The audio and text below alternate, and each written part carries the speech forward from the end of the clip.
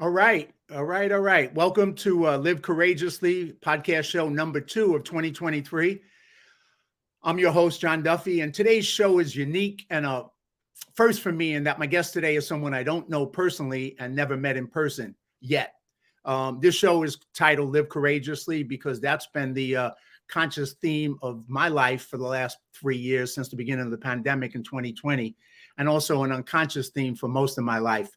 And if you haven't seen the previous 18 podcasts with some of my amazing friends sharing their powerful stories of overcoming adversity and going on to live the best life that they can, you can watch them on my John Duffy YouTube channel at Duffy Square Film. But this show is about faith and courage over fear. And I encourage you to adopt the spirit of courage in the face of any and all fears. And so let me introduce you today to my very special guest. And I encourage, his name is Officer Deon Joseph, and he's someone who has lived a very courageous life.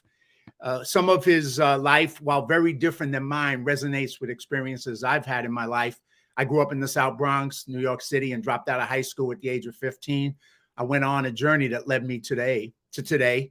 And when I moved to LA in the 90s, I worked with homeless youth for 2 years as a counselor with Covenant House. And I worked with the mentally ill as a counselor in an overnight mental health facility before moving on to my career now in the film industry and as a film producer. But I've also, one of the projects I did recently, I walked through all of Skid Row by myself while we were working on a film project dealing with the issue of homelessness and Project Room Key. And it was a very sad and mind-blowing experience. So anyway, I'm looking forward to this conversation and sharing his amazing journey with you. Deon Joseph is a law enforcement consultant, an author, an active police officer, and a homeless advocate. Officer Joseph is the author of Stepping Across the Line, a Skid Row cop story, a book that I read, which kind of was one of the reasons that I reached out to him. And he's a law enforcement consultant who has worked for the Los Angeles police for 25 years, 22 of those years in downtown Los Angeles Skid Row community. And from patrolling the streets or providing a shoulder for the community to lean on or to meeting with public figures and advocating for change, Deon is driven to create an environment conducive to change for the homeless and those trying to reclaim their lives from the grips of addiction. Deon is considered a subject matter expert on Skid Row crime and culture and has been sought out by multiple news organizations, various police departments, educational institutions, filmmakers, and politicians to speak on issues related to Skid Row. To accomplish those changes to the culture of Skid Row, Deon has collaborated with the community to develop programs such as the Just Like You Mentor Program, which began in 2006 at the Union Rescue Mission. The program was designed to motivate kids living in poverty to see themselves beyond their negative circumstances by placing mentors in front of them who had become successful, but whose lives mirrored the lives of the children. In 2008, Deon created an educational safety and self-defense seminar focused on the women of Skid Row called Ladies' Night. The goal of this program was to ensure that the women of Skid Row understood that no matter their race, criminal background, or socioeconomic status, they had a fundamental right to report domestic violence and sexual abuse committed against them, and they would not be penalized for doing so. So in 2009, Deon started another program, an outreach program that included passing out hygiene kits, as well as drug, housing, and job programs information to the homeless to guide them away from the streets and into area programs. Working with the housing program within and outside of Skid Row, Deon was able to help house over 100 homeless people over 8 years who were truly ready to take a chance and change their lives for the better. Deon, along with his fellow officers, was responsible for a 40% reduction in overall crime in Skid Row and a 32% reduction in death from 2005 to 2009. Deon is proud to be able to show love to the people of Skid Row, and you're going to see that when we talk and see a video from him, and he shows it from an unexpected place. And although Deon does not engage in his efforts for accolades, he has been honored citywide and nationally for his work. And just a note, as I do this interview, he's not speaking today as a representative of the police department, but as a citizen and a law enforcement consultant. Greetings. That's a lot, and that doesn't even begin to touch who this man is. Greetings, Deon, and I'm so honored to have you on the show, and thank you for taking the time to be my guest today. Thank you so much for having me. It's an honor to be here and talk to you. Well, you've had and I've been, what made me reach out to you is I've had a experience of seeing a lot of your material, interviews on YouTube, an interview on Epic Times, and also reading your book, which was such an impressive book about your experience. And because my show is called Live Courageously, and I've interviewed people who I know in my life who've had courageous lives, trying to make a difference, trying to make the world a better place, their community a better place. When I came across your story, I just had to reach out to you and say, I just hope that this, you would take the time to be on the show, and you obviously did. So thank you for that. But tell me a little bit, what does Live Courageously mean to you in your life? And then we're going to go back to your beginnings and take you through your journey, if that's cool with you. Well, I would judge that by the definition, or my definition, of what being a hero is. And being a hero is not just protecting or showing love to people who admire you or respect you. Being a hero is uh, doing the same thing for those who love and hate you. And that's the real definition of a hero. That's one definition of being courageous. But there's also another word called bravery. And being brave doesn't mean you don't have fears. All bravery is pushing past your fears to complete a goal. And by the grace of God, a lot of faith, my upbringing, I've been able to push past a lot of personal fears, a lot of negative perceptions of me being a police officer or whatever, and push past those things and help people in ways that my parents probably never could have even imagined as a police officer. And it's such a blessing, such a blessing. We're talking about just, you just mentioned your parents. Yeah, I mean, your parents were clearly, and I know this from reading a little bit about you, was amazing role models for you, but also in the community. Why don't we just start there for a minute and share who they were and the impact they had on making you the man that you are today? My parents were angels on earth. And when you listen to their stories growing up in the Jim Crow South, you wouldn't have think that would have been their trajectory. Both of them were engaged in things that they probably would disapprove of as they became adults. But once my father changed his life around, joined the military, and became a born again Christian, that's his faith, and my mother's, they said to themselves, "We're never going to do anything to get by, hurt any other people to get by in life. As a matter of fact, we're going to dedicate our lives to helping people." And that's what they did for 47 years of their marriage. They helped raise 41 foster children.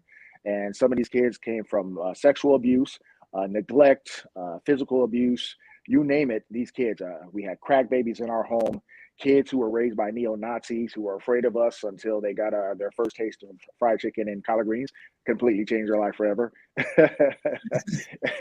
And then my dad. I'm sure it would have. Oh, yeah, yeah. I'll never forget this one kid. He used to sleep with two knives under his pillow because his dad was a Nazi. And Wow. he said, my dad told me not to eat your food. So about a week, he almost starved. So finally, we left some food out for him, right? And he snuck out in the middle of the night and had his first plate of soul food. And he didn't die. He realized his dad was a liar, and and he felt like part of our family. That was my parents, and I watched my parents love children in an they didn't pander, they didn't patronize kids. You know, they treated these foster children exactly the way they treated us. So these kids immediately felt a part of our family. Okay, if I got chastised, they got chastised. If they had punishment, I got punishment. You know, if I got a hug, they got a hug. And it was amazing to watch my parents fill the hole in the hearts of many of these kids. And whether they stayed with us for 2 weeks or 2 years, many of them left our home kicking and screaming, not even wanting to go back to their parents. But I love how my parents always took it a step further. It wasn't just about the kids. Their goal was to heal families. So oftentimes they would sneak and meet with the parents of the kids and counsel them so they could get home to their kids and have healthy, thriving relationships. It was amazing to watch. There was no resentment for sharing the love on top of 41 foster children, 4 kids, 3 grandkids. It was a lot in my house, but it was wonderful to watch. And then my dad, who came up from the Jim Crow South, had to commit crime to survive, and he never condoned it. He always condemned it when he became a grown man. But when he started his own business, he reached back and hired individuals who reminded him of himself, people who needed a second chance, who were passed over because of racism, discrimination, because the criminal record, and he gave them jobs. And I watched him turn these men into fine, outstanding men who became great husbands, great fathers. Some of them went and started their own business because of this man. Imagine coming from nothing and then meeting my father. And I'll never forget, my dad, he never called them his employees. He always called them his friends. You'll never ever hear me call somebody from Skid Row homeless, a bum, a transient. You'll never hear those words. I will always call them my friends, even if some of them hate my guts. But I'll always call them my friends. And then lastly, my parents, they fed the homeless religiously, like for about 10 years. I remember my mother missing birthdays, sometimes being late to even my wedding, to do what she felt was God's calling, and that was feed the homeless every Saturday night. And the way she did it was in such a responsible way, where she got to know the individuals. Instead of just throwing food, clothes, and blankets at them and filming herself and leaving, it was really trying to impact their lives and get in there and show them love from a place where these people didn't expect it. So all that was instilled in me. And when I became a police officer, I didn't want anything to do with that, because I saw how sometimes it often ruined my parents' lives. My parents went broke several times trying to help people, but I ended up being just like them, but in a different capacity. And I can only hope that they're proud of me. Well, I'm sure they are. And it almost sounds like besides your book, there's a book about them, because the impact they had is, I mean, that's just an unbelievable story about fostering kids, not just kids who are like them, but all kinds of kids, and being able to change their lives and touch them. I mean, there's a story there that's just so powerful as well. And, you know, we obviously, me and you came from a different environment, but what you said at the end about how you treat the homeless, it reminded me of a story when I was a young kid in the South Bronx. We were like the only white kids in that neighborhood, and I was hanging out with my friends. And one time we were going across a bridge my friends started making fun of what we used to call back in the day was a wino. And so they started calling them names, and they were older than me. And he ran up the stairs and caught me on the bridge and hung me over the bridge to drop me in the water. And I did a whole lot of begging and talking. And, you know, eventually he pulled me back and he said, look, you know, I just want to tell you one thing. He said, don't ever treat anybody like that. Don't disrespect anybody and call them something like all you guys did. And that was a lesson for life, because it gave me that lesson that no matter where somebody is, whatever they're going through, that guy gave me the lesson of how to treat people with respect, no matter who they are. So I totally, you know, resonate with what you're saying, man, that no matter the people you're dealing with, they're humans that you treat with respect. Absolutely. Yep. Yeah, it's an important, and then, you know, I read, so you go from that to becoming a police officer, which wasn't something that you wanted to do, wasn't something that apparently you didn't have. And this resonates with me too, because I grew up in a neighborhood where we hated the cops. And I know that you didn't have much love for being a police officer when you were younger. And why don't you share that story with the audience? And then I'm going to take you a little further, because there's another story that I just love that you've shared before.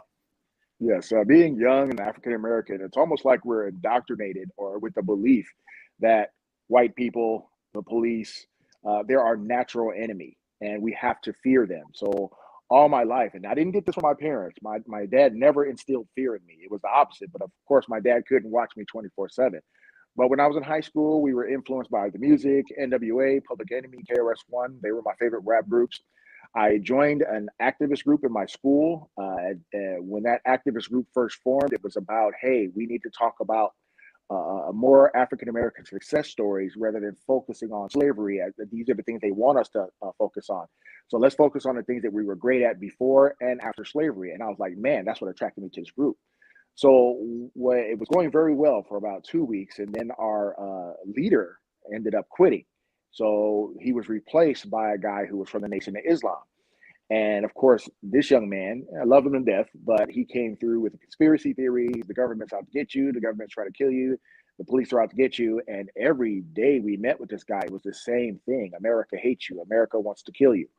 And I remember one day during one of our indoctrination sessions, okay, he was sitting there at the table and he said, okay, today we're going to talk about the police and how police are trying to exterminate the black man and whoop, whoop, whoop. Can each of you guys tell a story about how the police have impacted you or your family? And I'm looking at the guys around the table and I'm like, these are good kids. These are young African-American males. They didn't commit crimes. I knew their parents. But all of a sudden, everybody started coming up with the story, starting with the leader who told this horrific story about something that happened to his cousin. So next you know, everybody starts following suit. And now what I noticed was everybody was coming up with what we call toppers, a story that tops the next.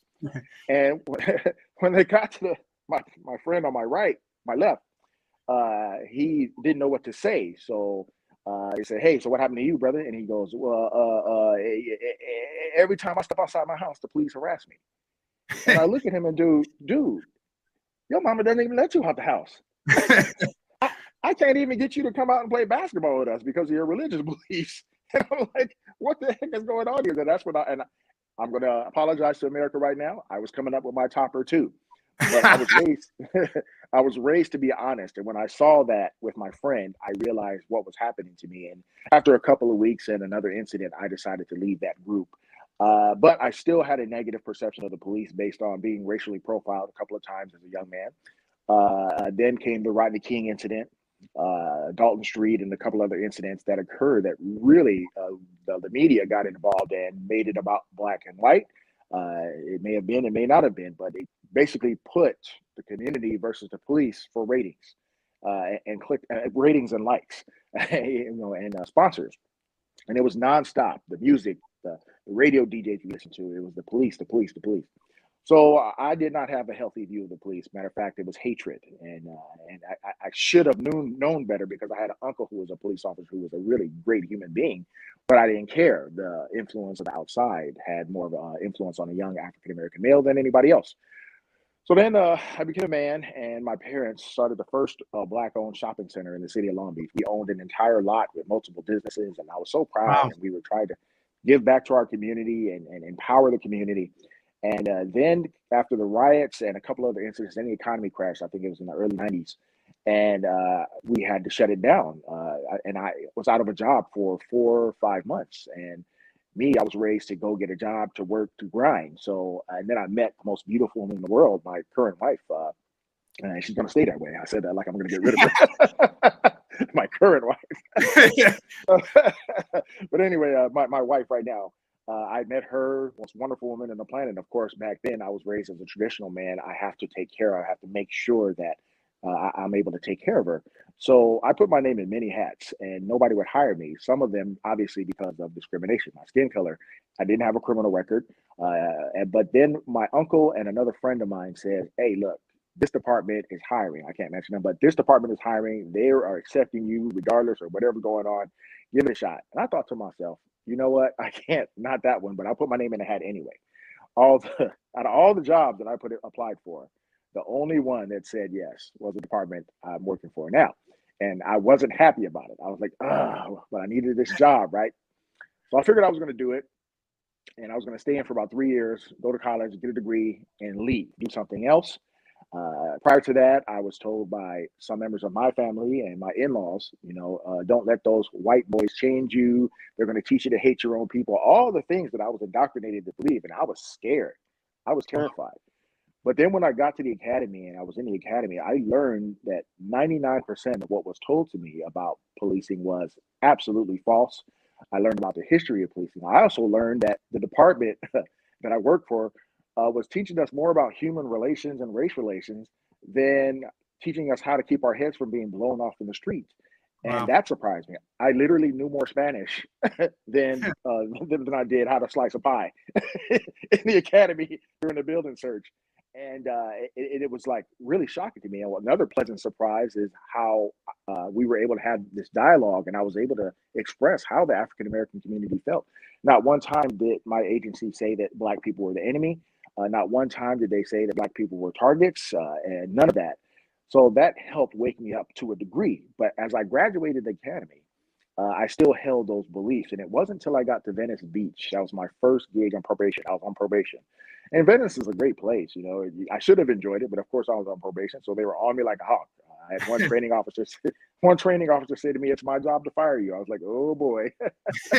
So after I left that guy, I ended up working with a legend. This guy was a legendary figure. His name Yeah, that's was the story I was going to ask you about. Yes, please share the story. Bill Snowden. He was 6'4", sandy blonde hair, big old mustache, blue eyes, the stereotypical prototype of what a racist cop looks like per what I was indoctrinated to believe. So I'm admitting, America, I was prejudiced, okay? Mm-hmm. But I wasn't racist. There's a difference. And before I go any further, let me define racism. Racism is the belief that your race, your ethnic background is superior which by itself is not racism. But when you take that belief and use that sense of superiority to hurt others who aren't you, a la Adolf Hitler, okay, that's racism. So we got to stop confusing or conflating what that word really is. But I did suffer from prejudice Mm. based on my experiences with white folks when I came up in my city in my junior high school and what I was told about them. So anyway, so I get in the car with this guy and I found out that he arrested 2,300 people in a black part of town called Oakwood over 14 years. And I'm like, oh my God, I'm going to get in the car with this guy and I'm going to be driving around this neighborhood. They're going to call me Uncle Tom, Sambo. They're going to hate him. I'm going to get shot. And I was like, wow. So he noticed how quiet I was. And as we're driving through the neighborhood, I couldn't believe what I was hearing in a black community. Back then, Oakland was black, and before it got gentrified. And I'm hearing this: "What's up, Snow? Snowden, man, how you doing? Hey, thanks for helping my cousin, Snow. Hey, man, thanks for protecting my mom, Snow. Hey, thanks for helping me out in jail, Snow." And I'm sitting there like, what the hell is going on? Is it not so dangerous? And these people are saying hello to him to keep him off his back, keep him off their back. And he must have noticed it. And he pulled the car over and said, "What's on your mind?" And I was like, "Sir, why are these people liking you? I don't understand it. Why do they like you? Why do they embrace you?" And he said, "Deon, this is Oakwood. The silent majority of people here understand why we're here. They know it's dangerous here. They know it's one of the roughest part of our area. But here's the deal. Whether we're helping them, whether we're arresting them, whether we're detaining them, no matter what we're doing to them or for them, as long as you treat them with dignity and respect, they understand." And I remember that. He says, "And as long as you work with me, young man, you will treat everybody we contact with dignity and respect."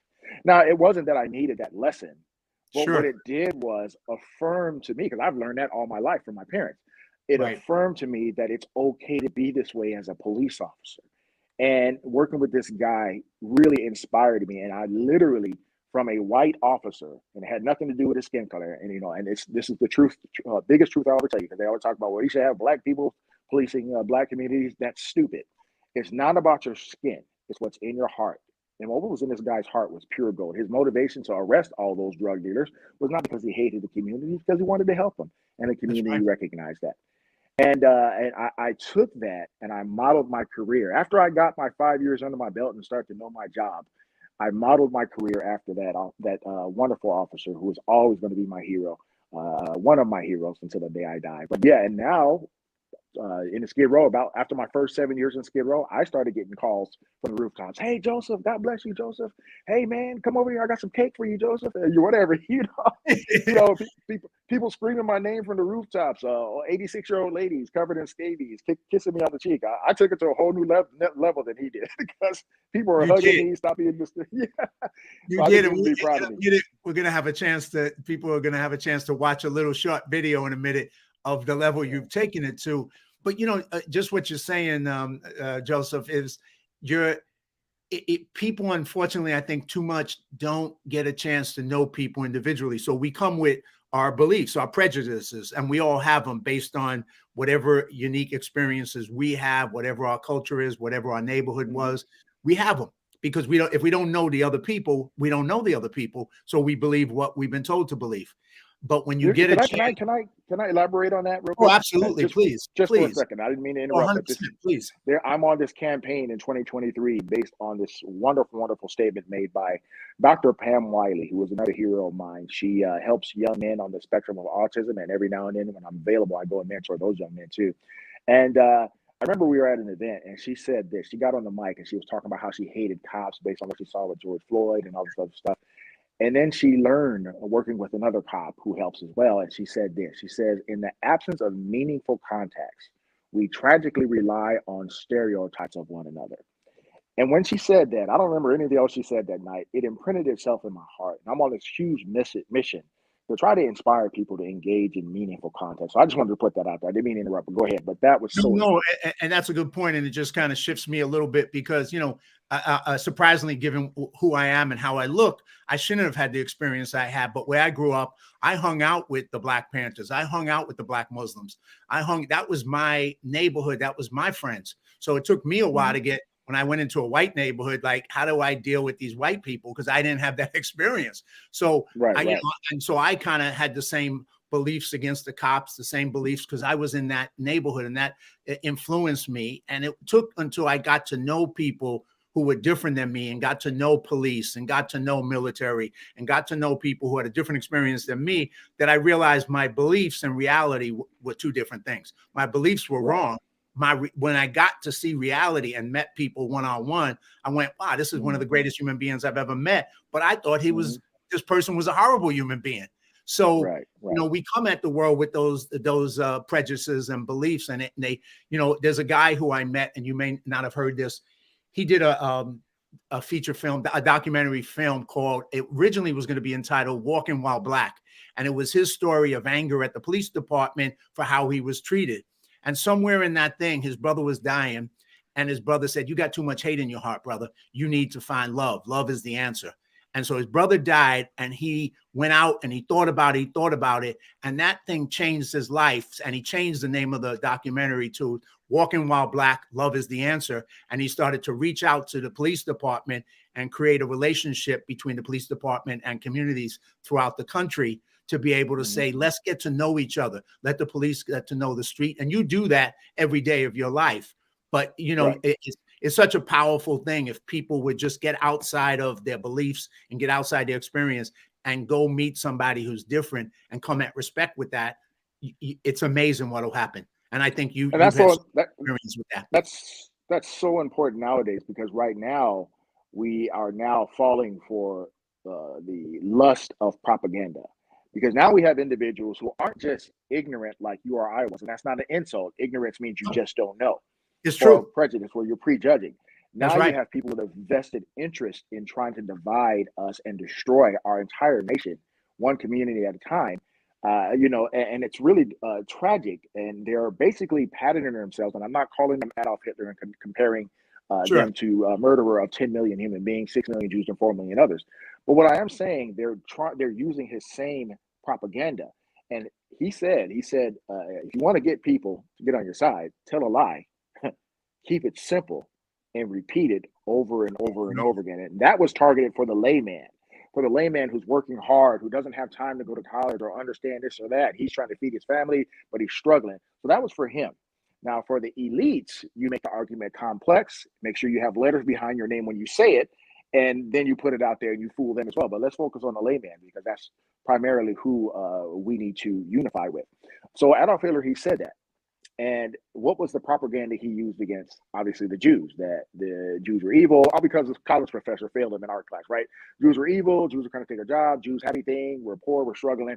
And he basically dehumanized them.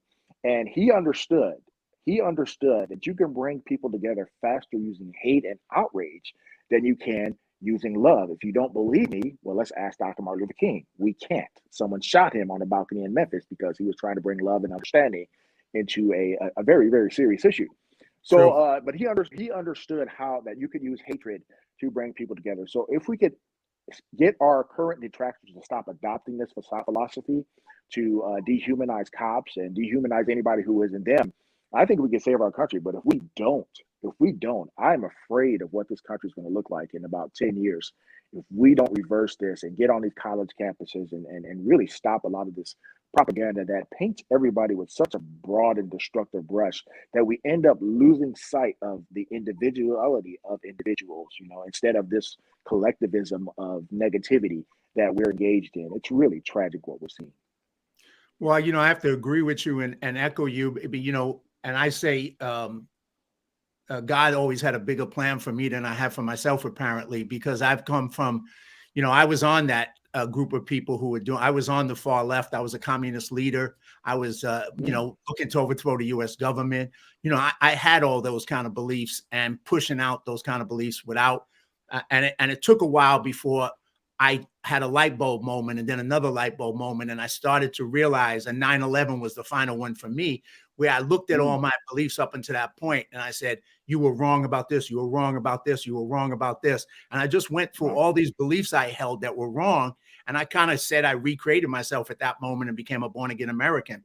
But more important than that, I began to start to see people each as individuals and find a way to connect and respect people and listen to their story, not come at them with any preconceived ideas of who they were, or who they weren't.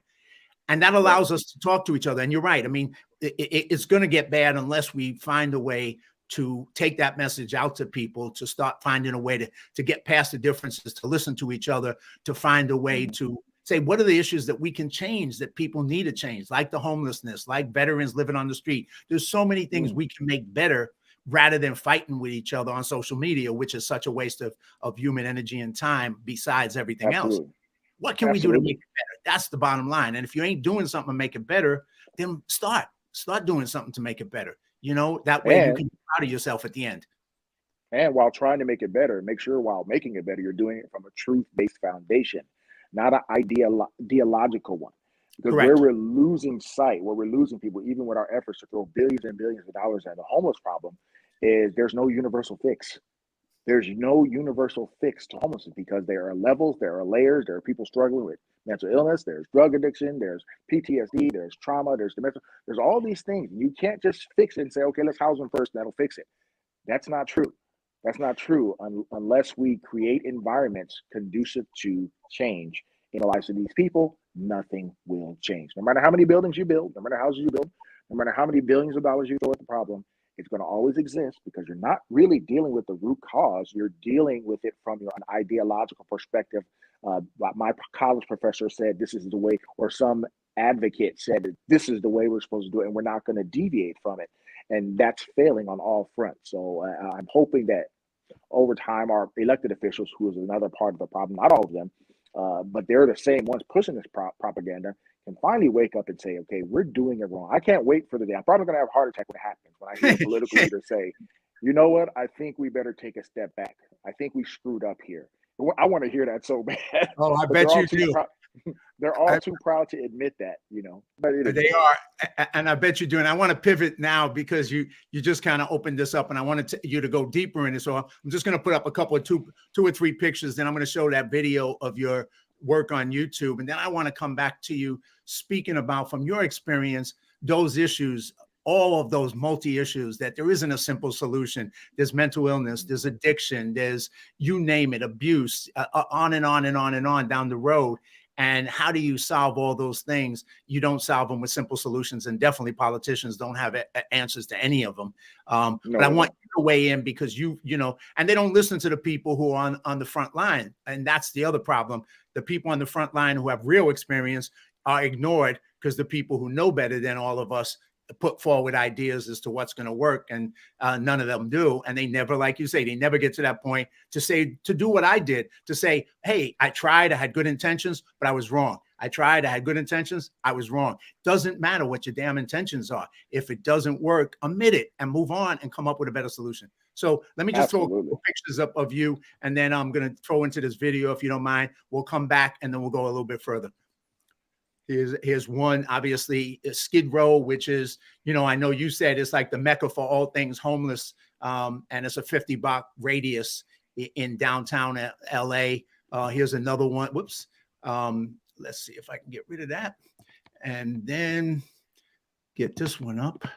And that's LA's Skid Row's dirty little secret. And it talks, you know, you can talk about some of what those dirty little secrets are, for sure. Then here's a picture of you basically doing your job. And now I'm going to pivot over and try and put on this video so the audience can see how you work and just what's unique about what you do down in Skid Row. So give me a second.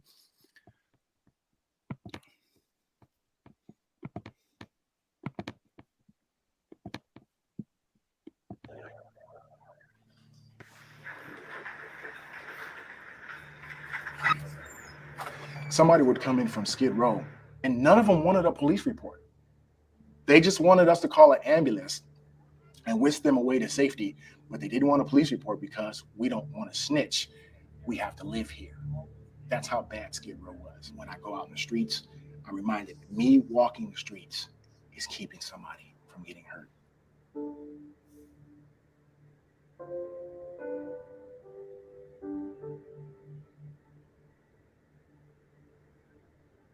For Deon, he's very, you know, spiritual. He cares about the people here in the community. He cares about people on Skid Row. When we first met Deon, he said, "Did you need help?" We like, yes. So he took us to a store, everything, bought us food, and helped us find a place. We met Deon Joseph when we came to Los Angeles from Chicago about 5 years ago at the Union Rescue Mission. He helped us get a place, and Deon got us off of Skid Row. Named Deon Joseph. I'm a senior lead officer with the Los Angeles Police Department in Skid Row. Right before I became a police officer, it's something I never wanted to be. We had a family history of negative encounters with the police. My dad, after growing up in the Jim Crow South, on one night as a young man, he was very violent. He grabbed a brick and jumped on top of a man, and as he turned the man over, it turned out to be the town preacher. And he was like, "Oh crap." The preacher said this: "You got two choices.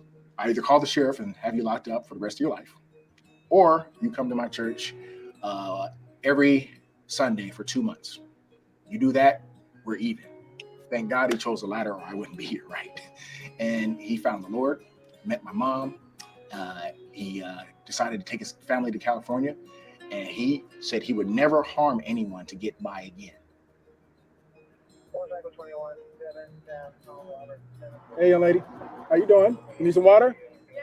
What happened to your eye, baby? You know, don't like me. Who don't like you? I don't know. Same, I guess. You got water? Yeah.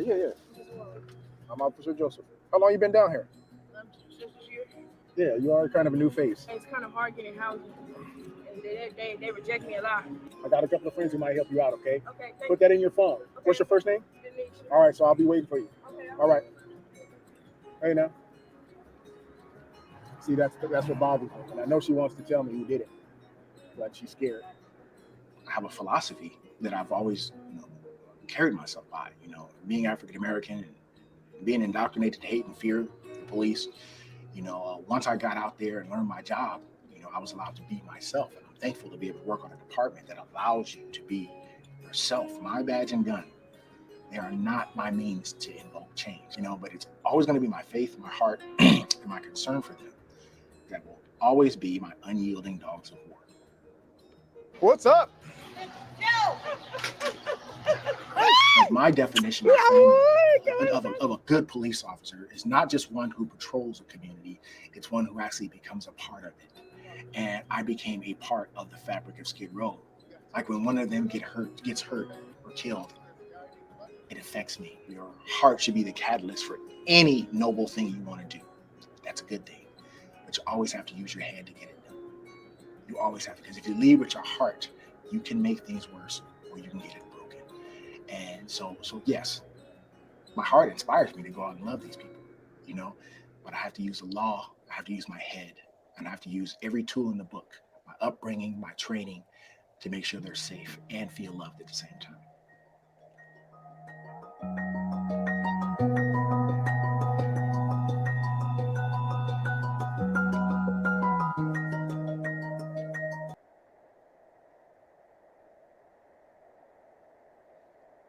Nice seeing all my old friends there.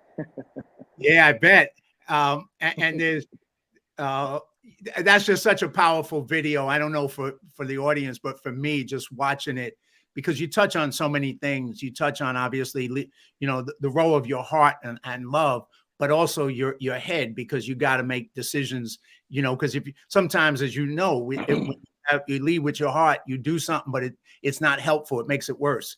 So you got to have the intelligence to combine that with your heart and know how to make the right decisions and use your heart as being part of the equation, but it's not the only way to make a decision. So there's so much. It's like that. It's like that argument where they say our laws are racist. No, our laws aren't racist. Our laws are fine. It's the intent behind the enforcement of it. And if our intent is to keep people safe, no matter what community they live in, it's not racist. We cannot help that we're in some communities more than others. We're not there because of their skin color. Their skin is never their sin. We're looking at the data where in 1 week, 30 people were victims of a violent assault. We're in that same location, 50 people overdosed and died from fentanyl in a tent, or 6 women were raped. So disparity doesn't equal bias. It has nothing to do with the race or the social economic status of the individuals we police or areas we police in. But if we're not there based on the data, things get worse, and we need the general public to stop listening to these stereotypes and this propaganda that's being pushed, that's making things worse. You're basing your policies on race. You know, when race isn't the issue, it's crime. It's crime. And if we can ever get back to that, and we can't help the demographic of the community. Like Skid Row is about 70% African American. You think I enjoy going out there and arresting my own people? Absolutely not. That's just not my motivation. But being there for being there for 27 years, I know who the wolves are because I've taken the time to get out of my patrol car, walk, talk to the community, see these guys getting arrested over and over again for the same crimes, knowing their rap sheets. I know who the wolves are, and I can't help the racial demographic of them. But if I don't. Whoops.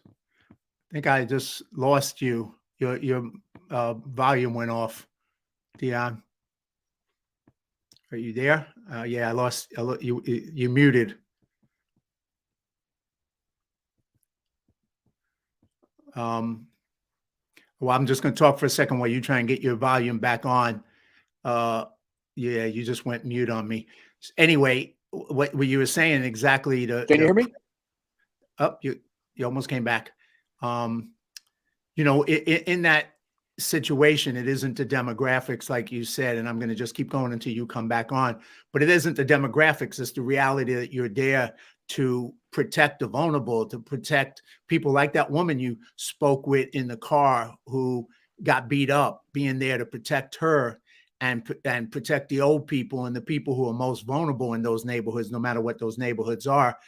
That's what job you're doing, and that's who you're involving yourself with. Having some. Can you hear me? Yeah, now I can hear you. Thank you. I just rambled a little, echoing what you had said about the demographic while you were trying to get back on audio. But I just echoed it and said, yeah, so true, because you're there protecting the vulnerable, whether they're that woman that you talked to in the car who got beat up, or it's the old people, or it's the people who are the weak in the society, and in those neighborhoods are the victims, not the predators. And that's why you're there. You're there to protect those people, and not and the predators are the predators, and your job is to protect against the predators. So I wish people I wish people would understand that, because right now what people want police officers to do is fight crime from historical context, because America has a racist history, which it does, which every country has a racist history. Every country has that. They want us to police from that perspective, and you're not going to get the job done. I cannot stop a rape in historical context. That woman getting raped in a tent, that black woman getting raped in a tent, doesn't care about whether you think law enforcement officers and slave catchers are the same thing. All she wants is for some officer to come in there and intervene and save her life. Okay, right. A gang member who just had his life threatened, and just because they're gang members doesn't mean they shouldn't be safe. And he's scared, but he's too afraid to come to the police. I don't think he cares about historical context. We have to figure out as police how to save lives right now, not based on people's perceptions or ideologies about racism. And that's the dangerous part of where we are now. We're basing literally policy, and we're weakening laws that once kept communities safe, where there was a 13-year run of crime reduction. And now, because we've weakened laws under the assumption that they're based on racism, and you've bought into that, okay, you have what you wanted. Okay, arrest her down, cops are leaving the department, people aren't doing jail time like they should, especially the most serious offenders. And guess what you got? A crime wave. And so that proves right there, in my opinion, emphatically, that racism was not driving us. Data was driving us to do our job. And we have to get back to that, no matter how many feelings get hurt. Feelings can get hurt, but hey, at least you're going to have those hurt feelings and be alive. You can stand in front of your front porch and not get shot by somebody, and that's what we got to get back to. We have to.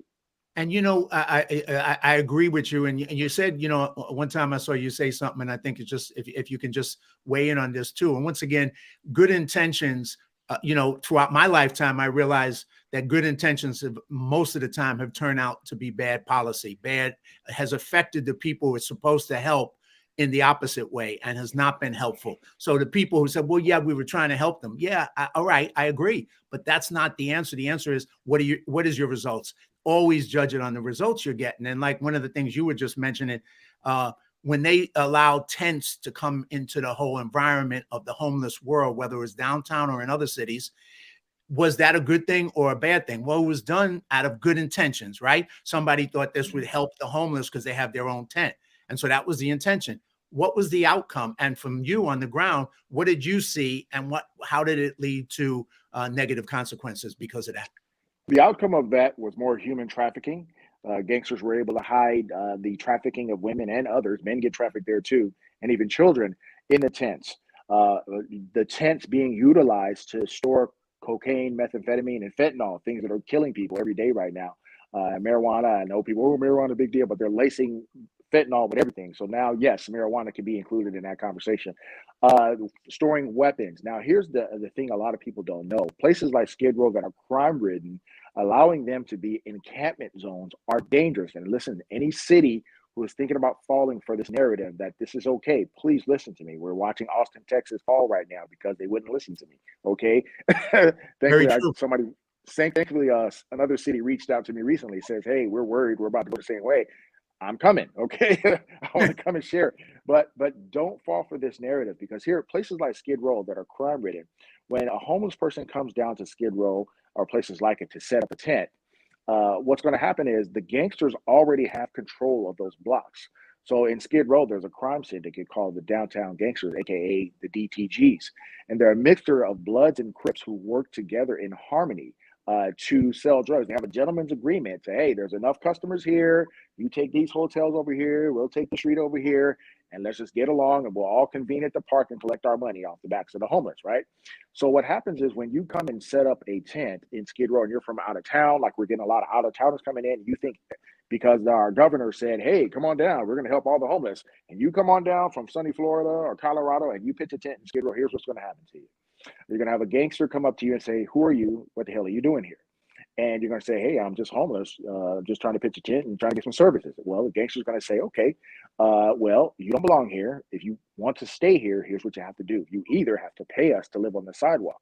I know couples, elderly couples who had to pay their entire Social Security check to the Downtown Gangsters every month just to stay in the tent. Or you have to agree to let our women use their tent for sex trafficking or hold my drugs. And if that person is already a drug addict, he says, hey, you're a drug addict, right? Guess what? I'm a drug dealer. I tell you what, you sell this for me, I'll give you a little chip, but just make sure my money's right at the end of the day. So, and if you don't agree to that, you get brutally assaulted. And that's why you're seeing, and that's what a lot of people don't talk about, why are we seeing more people, homeless people, leaving Skid Row and going to other places? And the reason why is because Skid Row, thanks to horrible policy, litigation, injunctions, and you name it, bad, horrible laws, Skid Row has become too dangerous to be homeless. And that's why you're seeing homeless encampments popping up all over the county, all over the state. And with everywhere you go, you're going to see two things. You're going to see gangsters follow them because they know many people, 2/3 of individuals who are choosing to live on the street, when they have other options, they struggle with mental illness and addiction. And drug dealers know that. They're not stupid. So they're going to find them, and they're going to continue the same pattern until that encampment gets too dangerous, and then it spreads, while our leaders are saying, oh, it's not about drugs, it's about housing. That's not true. I have helped house about 150 people in Skid Row over time, over 10 years. And on average, there's about 2,000 to 2,500 people living on the streets. How come in 10 years, only 150 came to me? Because that was the 150 that were ready when we were able to create an environment where it was conducive to change.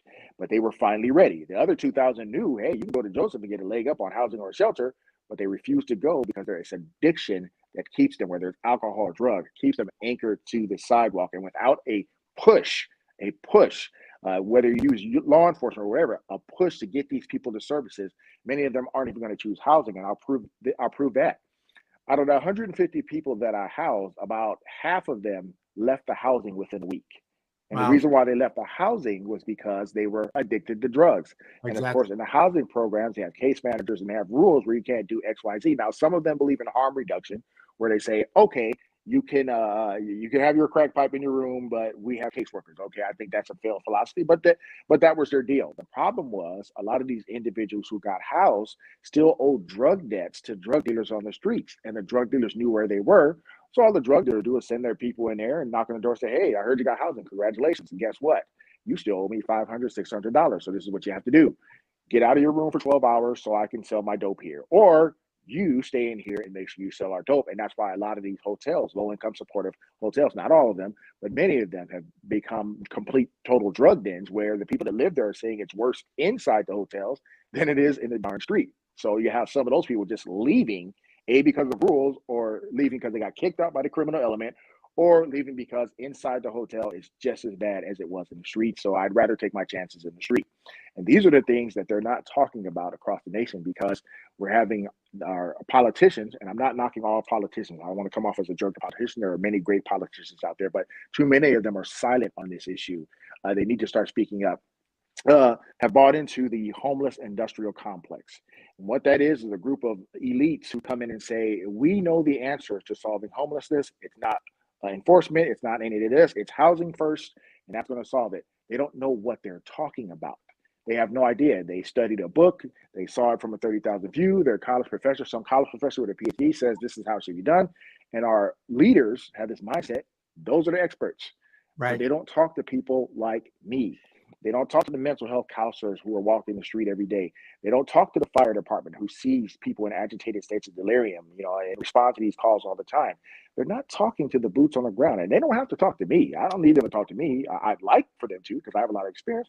But there are plenty of other people to talk to if they don't want to talk to me about the reality of what's happening on the ground. If you don't do that, you will never truly, truly know what's really happening and how to help people, once again, from a truth-based foundation, not an ideological one.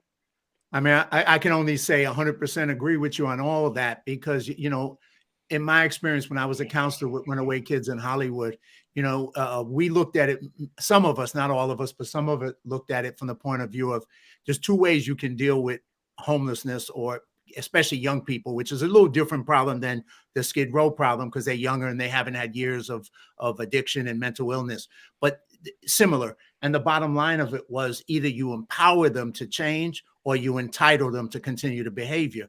And so much of the programs that exist out there are entitlements. They're programs that keep them in the same place. And I, like, you won't knock all politicians. I understand that and agree. With the homeless programs as well, at the end of the day, I won't knock all of them, because there's some good ones and some good people. But people profit. If you're making $100,000 or $200,000 a year running a homeless program, if homelessness never goes away, you're good. You got it all right. Yep. You're making a nice salary helping the homeless, but you ain't getting them off the streets. You're just making a living, repeating the same thing over and over and over again, and getting the same results, which is the wrong results. So that's the thing. There's too much of that. And yes, they need to listen to you, and the policy should come from the people who have the real experience, not from the people on the top. But right, because we know what's working. We're all going to be shocked if that day happens. We know what works. I know what works. I know what failed. And what worked was from 2005 to 2011. We were engaged in an effort that was a three-pronged approach to homelessness, and that was enforcement, enhancement, and outreach. So let me explain enforcement. Enforcement had to happen because too many people were dying in Skid Row. 93 people died from non-homicidal deaths. 35 people were killed from homicide in 1 year. I remember there was 1 year where there was 35 homicides in a 50-block radius. That's insane. So enforcement had to happen because there was a error in Skid Row. That Skid Row was the wild, wild west. Anything goes. And it wasn't that the cops were fat and lazy and didn't care and were sitting around eating donuts. They weren't supported by the very system that told them to go out there and deal with this. It was kind of like the area's dirty little secret. This is the armpit of the city. We want to keep it that way. Let's keep them in there, boxed up, contained, and we don't have the rest of the world doesn't have to worry about it. But that was a form of injustice to me.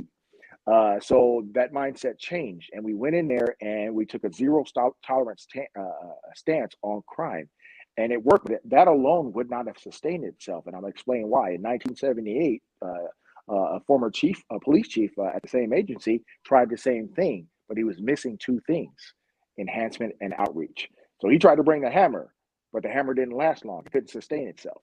Okay, we weren't trying to bring the hammer. So we coupled with enforcement, we brought enhancement and talking to the community, working with the community, bringing them to the table. Trees were trimmed, slats were put in the sidewalk for the handicapped to use. The tents were down from 6 a.m. to 9 p.m. And after 9 p.m., if you're really homeless and you need a place to sleep on the sidewalk, hey, there's not enough shelter. We get it. Pitch your tent, 6 a.m. You got to pack your stuff up, clear it off the sidewalk. And they actually did it. And street lights, putting up street lights. Why did street lights important? Because of all the rapes that were happening at night. Women make up 40% of the Skid Row population, but out of that 40%, 2/3 of them have been victims of sexual assault.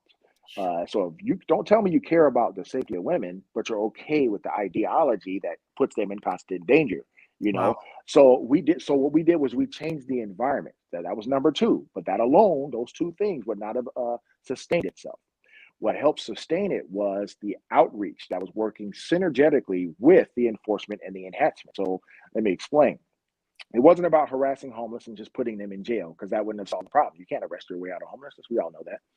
But what we did do was we had a program called SOS, Street or Services, where if we arrested you for a crime and we knew that mental health, drug addiction, alcohol addiction, or chronic homelessness or whatever drove you to commit these minor crimes, you didn't kill anybody. We have you sign up for a program at your choice called SOS. That means you either go to services for 21 days or we file the charges. And of course, 1 year, I think 2,225 individuals signed up for the program, which is fantastic. Now, not all of them completed the program. The vast majority of them signed it so they can get back out there and use a street. But in my estimation, about 30% of them actually did sign up and did go to drug programs and did go to mental health programs and did end up going back home to their loved ones. Because I'm going to let you in on a little secret. I'd say about 35% of the people you see in Skid Row aren't actually homeless. They're down there because they burn their bridges out with their wives or their families, and until they get cleaned up, they can't come home. But all they have to do, and some of them can go home, they just won't. They just have become used to. The human being can become adapt to anything, and they got used to that street life and that easy access. So we found that program was starting to have impact, and we noticed that from enforcement, enhancement, and outreach, not just enforcement, because that's the word everybody wants to key in on and just have a hissy fit over. But the enforcement was used to finally get individuals who never would have sought services on their own to services, and it actually worked. The drug programs got better. The shelters saw less guns and drugs coming into their facilities. Drug program graduations, more people were graduating from drug programs. Why? Because the environment was better. And that's one of the key tenements of people in NA and AA, the environment. The environment is everything. You don't want, if you're trying to get off drugs, why are you going to go to Club 54, where there's drugs being passed out left and right?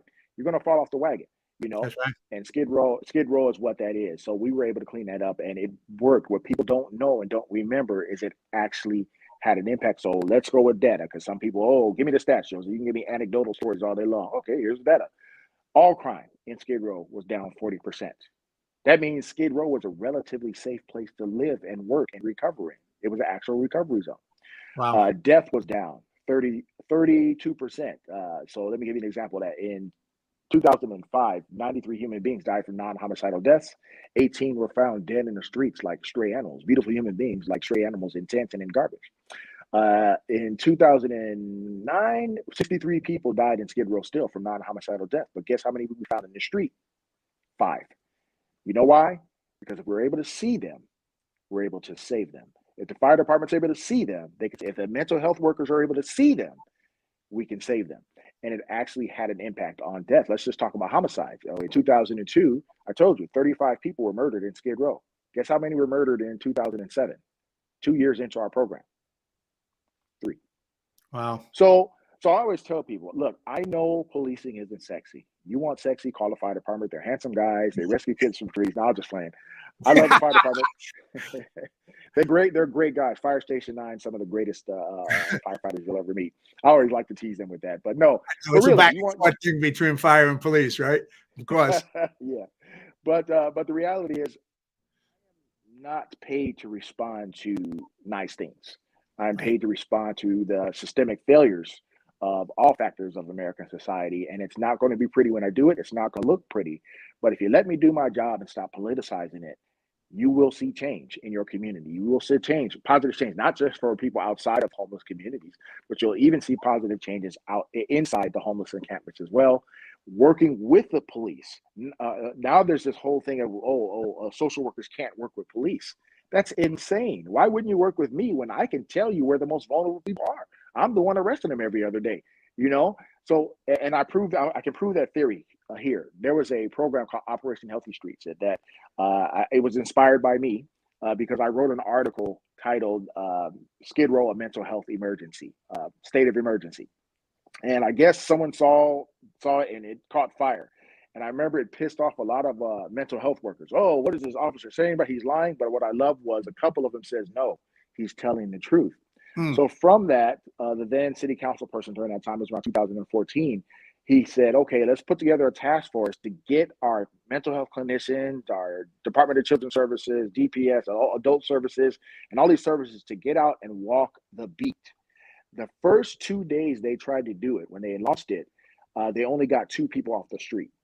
So when we heard that, you know, I'm thinking, well, hell, I'm the one who wrote the article. So I got two other officers who cared just as much as I did. And there are many who do, but these are 2 that were well known, just like I'm not the only one. And we joined them. We just kicked down the door, says, we're walking with you no matter what you say. And we got 17 people off the streets in one day. Wow. Because we knew where the people were. So we have to stop this wall that people are putting up based on college professors saying, oh, police shouldn't. That's not true. There are well-known police officers out there who have the pulse of what's going on in the community. You need to work with them, not marginalize them from the process. Well, it's an hour. I don't know if you got another 15 minutes. I could go for hours with you because I mean you're just laying down so much wisdom, Joseph, that I just think people need to really hear. Do you have another 15 minutes? We can go a little bit further. I also want to pivot in, or give me 10 or whatever. I just want to pivot into some of the other things that you do and just kind of give them a range of who you are as a human being, throw up some pictures and show some other stuff of you. But let me know. Yeah, let's give it about 10 because I got to go help my wife. But let's give it about 10 minutes. Yeah. Got it. All right. Well, I'm just going to throw up some pictures and talk about you a little bit, if you don't mind. I mean, the first one is your book, which is right here, Stepping Across the Line, a Skid Row Cop Story.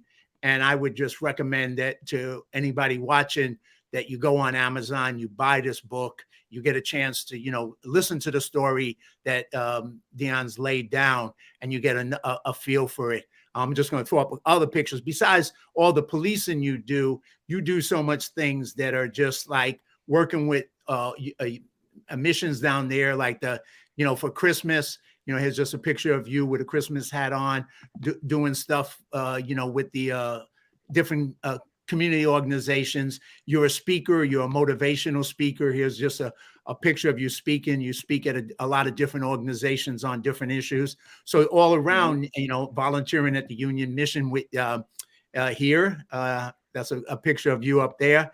And so all that stuff, you're just well-rounded besides being a police. But one of the things you said, and I'm going to ask you one more question, and then I'm just going to promote one other thing for you that you're also involved in, that your wife, I think, will be happy if I promote it, one thing you say is that first you're a human and then you're a police officer. And I just think that's such a powerful statement. And I just think people have to realize that all the police officers or anybody, whatever your profession or your thing is, first you're a human. And if you treat each other as human to human, you're going to get a lot further in life than if you treat each other with this title or this job thing that you're part of at that moment in your life. That's just one part of your identity. Your biggest identity is that you're a human and the other person is human. And then you go human to human. So that's my first, just want to have you speak on that. And then the second thing, I know this isn't something you probably want to do, but if it ever was something, I would say if you were to be the mayor of this city, which would be a pretty great improvement, in my opinion, would be, what kind of things for the homeless? Because, your range of knowledge of this problem is so deep and so individual, because you've dealt with hundreds of people. You've seen your friends in Skid Row on the streets die. You've been there when they died. You have that human connection to humans, who are going through the worst times of their life and the worst situations in their life, and you treat them as humans with love and compassion. So that's a unique thing. I wish politicians could ever have that experience, or we'd have politicians who were like that. It would make for a better world, I would think. But those two things, just that, the human thing, and then if you were the mayor, just some of the things to solve this problem. And then I'll do one promotion of your wife's thing and I'll let you go. Well, one of the things I learned from my parents is everything you do, you got to show people who you are. I'll never forget my mom said this to me one day. She says, Deon, it's hard to save souls when you forget what God brought you from. And that stuck with me. So what that inspired me to do was flip that as it relates to police work and say, I need to show these people who I am, not just what I do. And while for years I was told by my training officers, don't ever do that, go numb, just do your job, 12 hours, go home, right? But I couldn't do that. That kind of went against what my mom was saying. And also I realized that I couldn't really relate to the people of Skid Row because I didn't recognize that what they were a lot of them were experiencing on a consistent basis was trauma that they'd experienced from their entire life. Now, my life has never been like the people of Skid Row. But one day I had to think about why it is these people didn't trust me at first. I'm here to help you with a rape, but you're telling me to go pound sand. I'm here to, help you with, you just got shot, brother, and you don't want me to help you, and I didn't understand that at first. But then I had to look at my own life. And I remember as a young man, I was physically abused by, I'll call them loved ones. And I call them loved ones because I still love them to this day. But they always say, forgiveness is for you, not for them. And I had to learn to forgive. And so I could move on with my life. But I was physically abused in some really, really horrible ways by two loved ones, very close loved ones. And I remember when they abused me, they would always say, don't tell your parents. Don't tell your parents. Here's some bubble gum. I love you. I love you. And all I heard was, I love you. And I got some Bubblicious, right? So I'm a kid. I'm just a small kid. And I never told my parents. So it wasn't my parents. I had the two greatest parents in the world. But they had to go to work and grind to try to create a legacy for a family.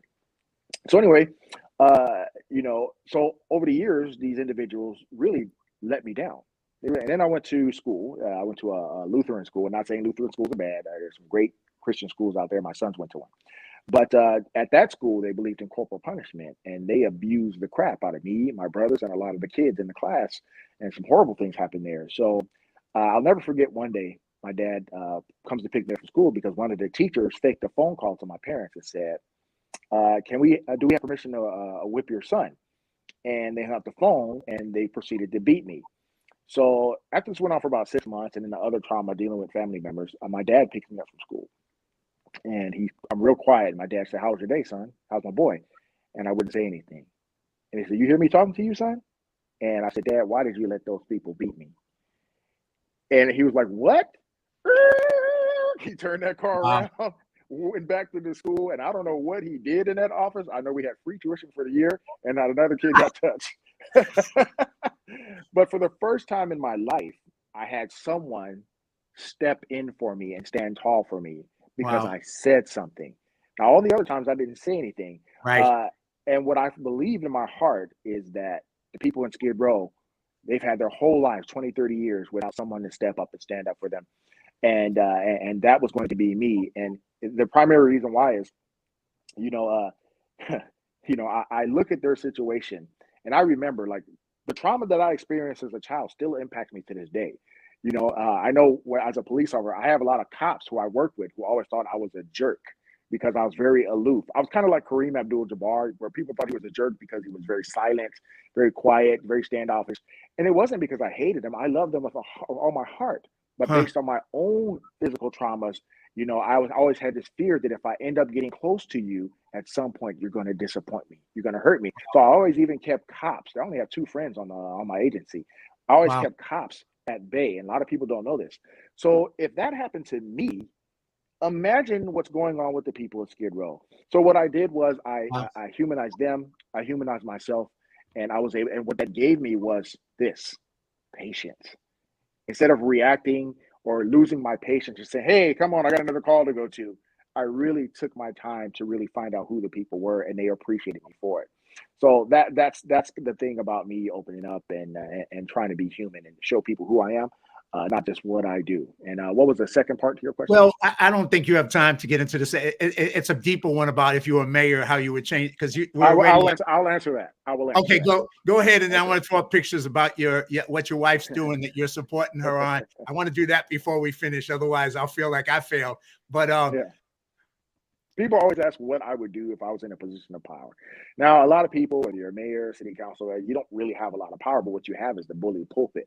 right, You have a pulpit to be honest with people and share your truth-based experiences to guide the public to the thought, so we can all come up with real solutions to help people. But if I was the governor of California, per se, whatever, what would I do? Several things. The first is I would completely overhaul the mental health system. And I know I'm probably going to piss off a lot of people from civil Right liberties groups, but I Right would on. want them at the table. So here's what I would do. It would no longer be a 72-hour hold, because it's not even 72 hours anymore. The hospitals are overrun, they're full. So what it is we bring somebody to the hospital who's in crisis, who's on drugs and mentally ill, what we call dual diagnosis, and they sprinkle pills on them in the name of civil liberties. The person, what they clean up and say, oh yeah, I feel good. Why? Because they want to get back and use drugs. They get Sure. released, and next thing you know, they run into us again, and the cycle continues. And now it's getting worse as more people are experiencing mental illness. Thanks to the pandemic, it's getting far, far worse. So what I would do is I would change that to 6 weeks, especially in cases of individuals with dual diagnosis. And here's why. For the average person, whether you're dual diagnosed or not, it takes 6 to 8 weeks for your prescribed medication to take effect, for you to even benefit from the therapeutic attributes of your medication. You wouldn't let a heart patient off the operating table 3 days later, would you? Heck no, you wouldn't do that. But you're going to let somebody who's struggling with mental illness before their medication could actually stabilize them. So release 6 weeks, just 6 weeks. And in that 6 weeks, you have to detox them first. That's the most important thing. Because I don't Right. care how much prescribed medication you get them. If they still got the chemical itch, they're still going to fall off the wagon. So That's right. detox them, clean them up first. And when you clean them up, guess what? They can hear you. And Mm. because you have the expertise and the rapport, the ability to build rapport with these individuals, talk to them, find out who their loved ones are, contact them, and see if we can streamline the process of conservatorships so their loved ones can actually connect with them and help them throughout their life, instead of just releasing them back in the streets. And then it's this needle in a haystack trying to find them all over again. Okay, trust me, it's a horrible, horrible thing when families come to look for their loved ones and they get there to the hospital too late, and now they got to start the process all over again of trying to find their loved one. So that's one. And then also, after the 6 weeks, of course, we don't want to violate people's civil rights. We don't want to bring back institutions and lobotomies and stuff like that. After 6 weeks, if they haven't connected to the family, you got to let them go. But I guarantee you one thing, they will have been used to taking their medication, and they'll survive the streets longer than just releasing them in 6 hours, okay? Because they'll have a routine of taking their medication again. And if they fall off the wagon, okay, then so be it. We'll be there to deal with it. Okay, so that's one. Step two would be, let the police do their job. Stop politicizing police work, okay? Laws are made for a reason. Laws are not designed to hurt people's civil liberties. They're designed to enhance them and have them enjoy those civil liberties in a safe manner. That's what laws are defined. Because when we enforce laws, guess what? Things are better, right? You can Right. still walk down the street. When we don't, now you can't walk down the street because there's a big tent and a drug dealer offering you fentanyl. Now you have to walk in the streets while they're choosing the rights of a homeless individual over you. And look, no one can be above the law, whether it's a rich person or the homeless person. Any two groups that are above the law, it ends up in disaster. So we just need to stop politicizing the law and police work and let officers do their job. Separate the wolves from the sheep and get these bad guys off the street. And the last thing, if I had my way, is the decentralized services. By that, I'm not Do saying what? Decentralize? decentralized services to the homeless. Right. I'm not saying we should shut down all 108 programs in Skid Row or other places like it. I'm not saying that at all. We need them. I don't want to see one closed. I just don't want to see another one open. When in LA County you have 88 cities and only 3 cities have stepped up to try to help the homeless, that's insane. Mm. And I know a lot of people have their preconceived notions of homelessness. I'm not saying take some guy with a needle in his arm fresh and put him in your community. I wouldn't want that. What I Right. am saying is there are groups in Skid Row and places like it, like the elderly. Okay, they can't hurt anybody. House them first. drug addicts who've been clean and sober at the mission. They're benefiting from the programs and they're trying to do right. They've been clean and sober for 6 or 7 months. House them first. Or the handicapped, house them first. How about that? Or families. At the Union Rescue Mission, a wonderful organization, they have families of mothers, fathers, women, and children who need housing. House them first. They're not going to burn down your city. You know, they need your help. So we need to decentralize services. Other cities need to step up and put up services like that to take some of the burden off of places like Skid Row, where the people who live in Skid Row can benefit from the programs and have a better environment, and also the people who leave will have a better environment. And these are some of the things, if I wave my magic wand, I would completely do like on day one. And I reversed these irresponsible laws like Prop 4757, AB 109 that completely took the teeth out of law enforcement. And we got to put those teeth back in and get bad guys off the street and try to keep them off for as long as the law says. Yeah, that's what I would do.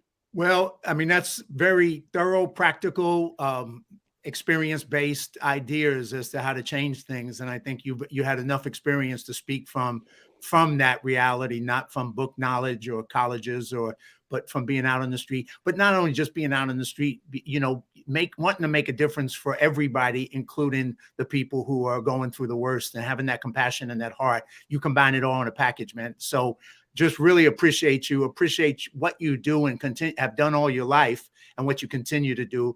Truly appreciate it. Appreciate you coming on the show and sharing it with the audience. And just, you know, hope more and more people will speak up, listen to you, get involved in trying to make a difference, so that things don't get worse in this society, but they get better. And it's an uphill battle. But I think, you know, it takes people like yourself and others who get inspired to do whatever they can to be part of the solution and not be part of the problem, and not be ideological. So you lay it out, man. So powerful. Once again, I thank you so much. I just want to put up 2 pictures because, you know, besides what you do, you're also, like you said, you're a human. And one of the things you do is you support your wife, who started an amazing thing, which I want to meet you in person. I want to meet her, and I'm putting up the picture of her Comfort Wings truck.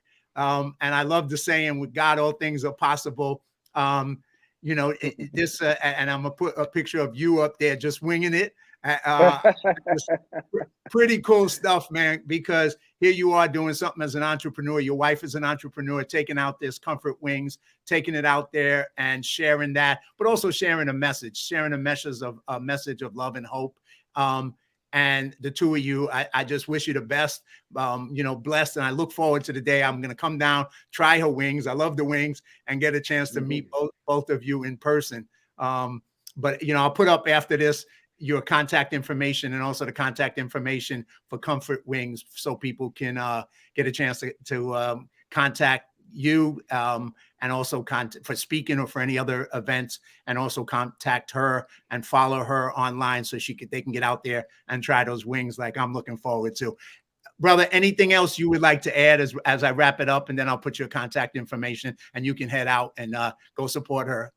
Anything you would like to add? And once again, thank you so much for your time. I truly appreciate it.